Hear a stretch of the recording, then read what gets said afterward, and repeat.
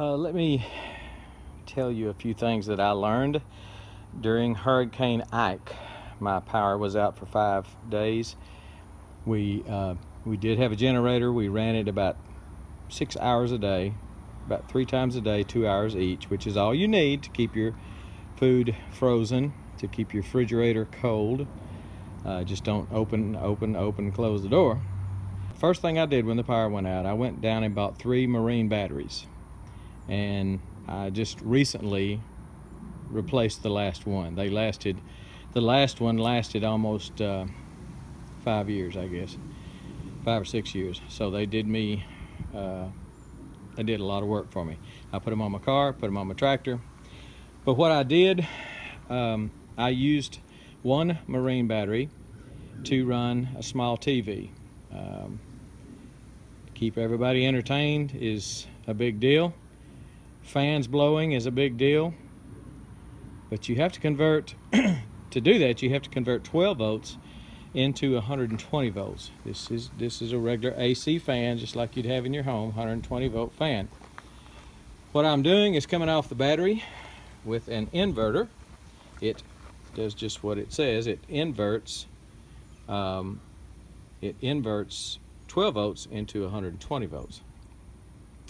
And what I did, we ran a TV for 3 days, small TV, 19-inch, small TV for 3 days off 1 marine battery. When it ran down, I charged it back up because I had a charger and I had a generator. So I was able to do that. But how much of a godsend in Houston, Texas in the summertime would this be? That fan is running off that inverter that is hooked to my battery.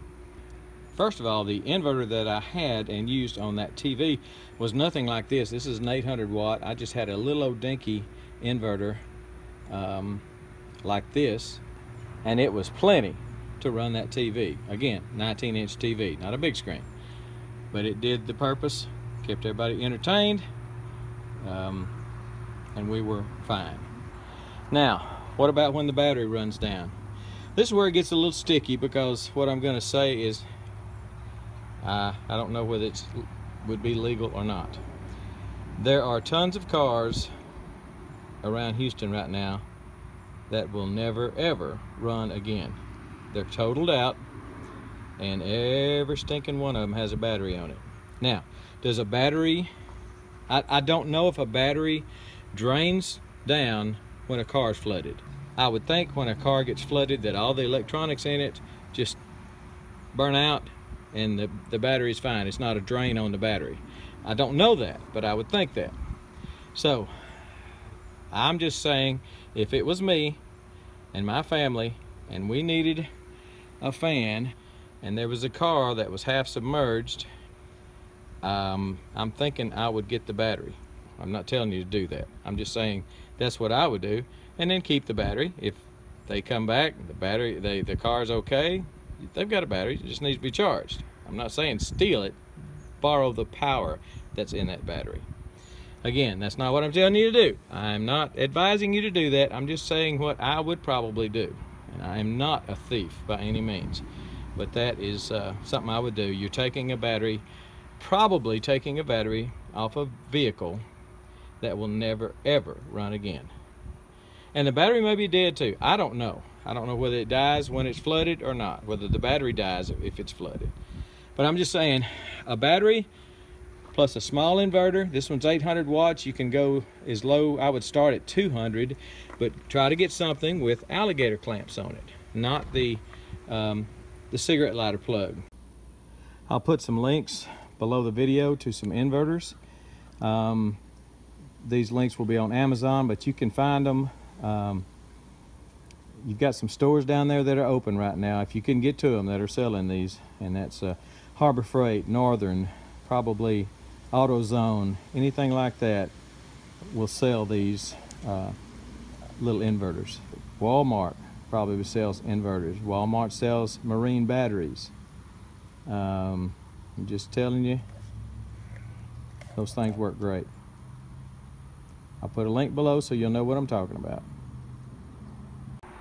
But try to get an inverter with the alligator clamps like this, not one with the cigarette lighter that you have to plug in the car, because then you're going to have a car to plug the cigarette lighter in. I'm saying batteries are everywhere right now in the affected area on the Texas coast.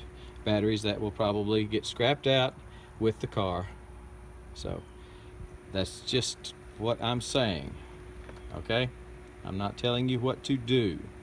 I'm saying that that's what I would do, especially if I had a couple of cars sitting out there. I'd yank them batteries off. If they're dead, if the cars are never going anywhere again, yank the batteries off, try to get some use out of them. Now, water and electricity do not mix, okay? So do in all of this at your own risk. I'm not telling you what to do. I'm not telling you how to do it. I'm just saying that when you go from 12 to 120, that's when it really gets dangerous, okay? Because that's power, that's house current right there coming into that little fan out of that inverter, and that will shock the dog out of you. So if you're standing in water, you don't want to even think about doing any of this, okay? So an inverter plus an extension cord plus a three-way plus 2 or 3 more extension cords can get your house set up where it could be livable. You're probably at the point where you've lost your refrigeration. You've lost everything in your refrigerator and your freezer anyway, so you don't have to worry about running that. All you have to worry about is being relatively comfortable, and this is one way to do it, okay? Just telling you what I would do, not telling you what you should do. Please understand that. This is all on you if you try this, okay? But that is one way I would be a little bit more comfortable if my power was out. We're gone.